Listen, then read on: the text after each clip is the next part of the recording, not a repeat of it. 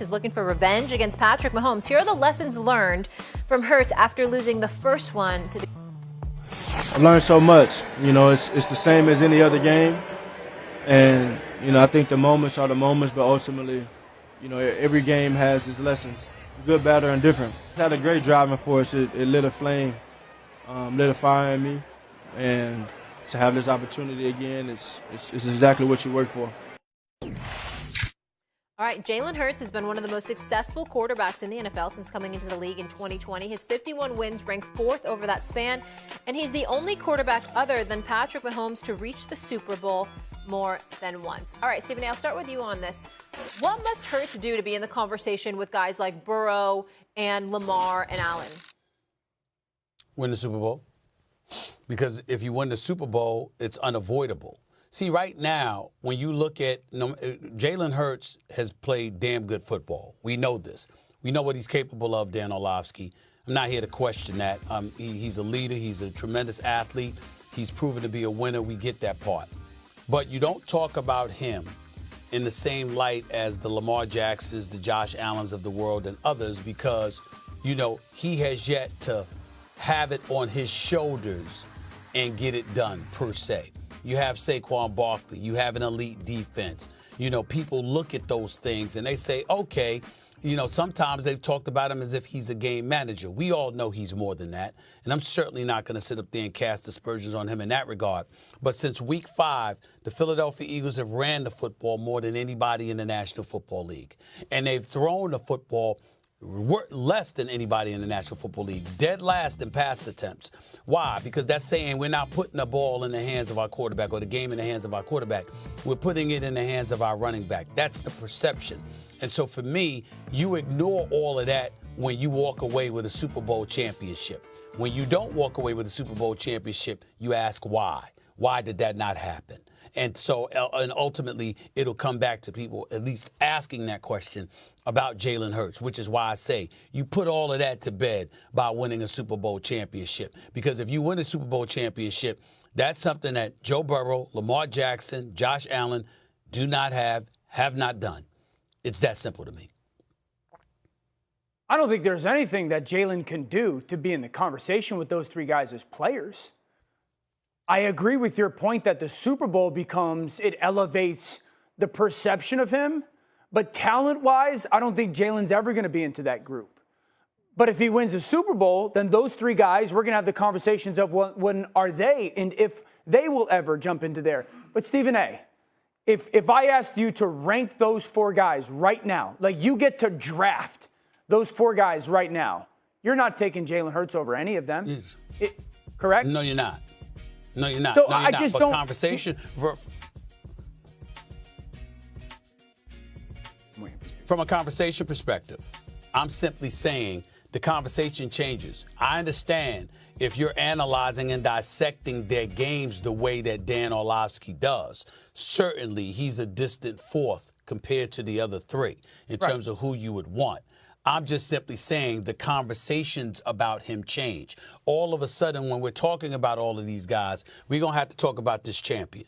If this man goes out there and balls and the Philadelphia Eagles win the Super Bowl championship and he's beating Patrick Mahomes to do it, well, guess what? Josh Allen hasn't beaten Patrick Mahomes. Lamar Jackson has only beaten him once in like 5 tries. We're going to look at that and we're going to say, hey, Jalen Hurts, Jalen Hurts, Jalen Hurts. We're not going to ignore him. And that's why a little bit of the context of the conversation would matter, right? Like if they go win the Super Bowl and they win it 17-13, again, that's not going to elevate Jalen Hurts into this, oh my gosh, you knocked off the three-peat.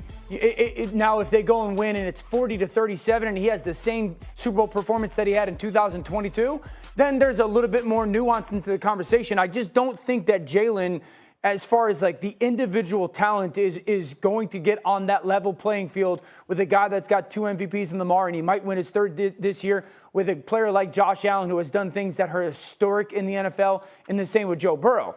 The other flip side is, and this matters, is well, then we are going to start having the conversation even deeper and more intensely of, well, why Josh Allen can't you get it done like Jalen Hurts has? Why Joe Burrow and Lamar Jackson, why can't you get it done like Jalen Hurts has? But that's the team. They've got one of the, if not the best defenses in the NFL. They've got their best rush game in the NFL. They got a historic tailback season with Saquon Barkley. So you're not comparing apples to apples when it's being asked, like, what is the quarterback being asked to do? Stephen A., that stat that you just laid out is a huge part. The fact that they have the least pass attempts in the NFL and they're in the Super Bowl. Right. That is a huge part of that conversation.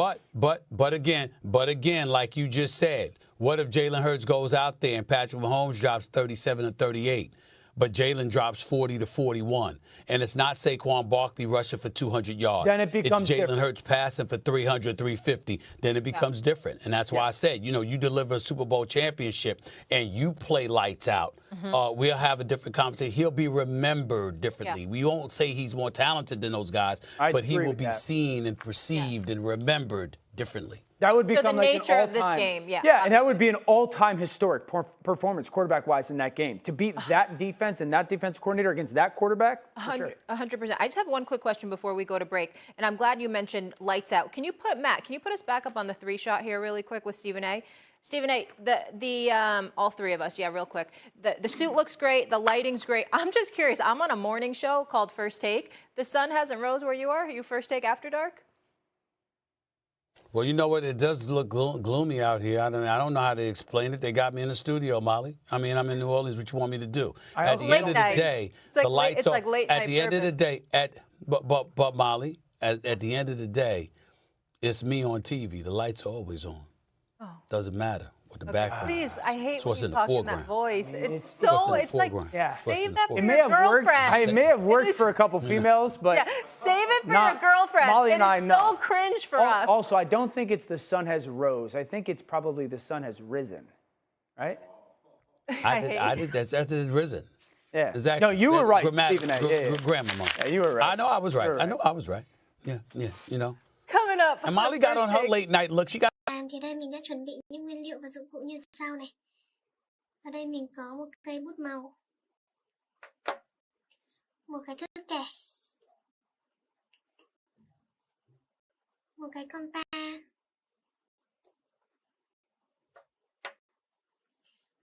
một cái bút chì, kéo và súng bắn keo. Tiếp theo mình sẽ chuẩn bị 2 tờ giấy màu nhé. Mình có một tờ giấy màu xanh cây và một tờ giấy màu xanh dương nhé.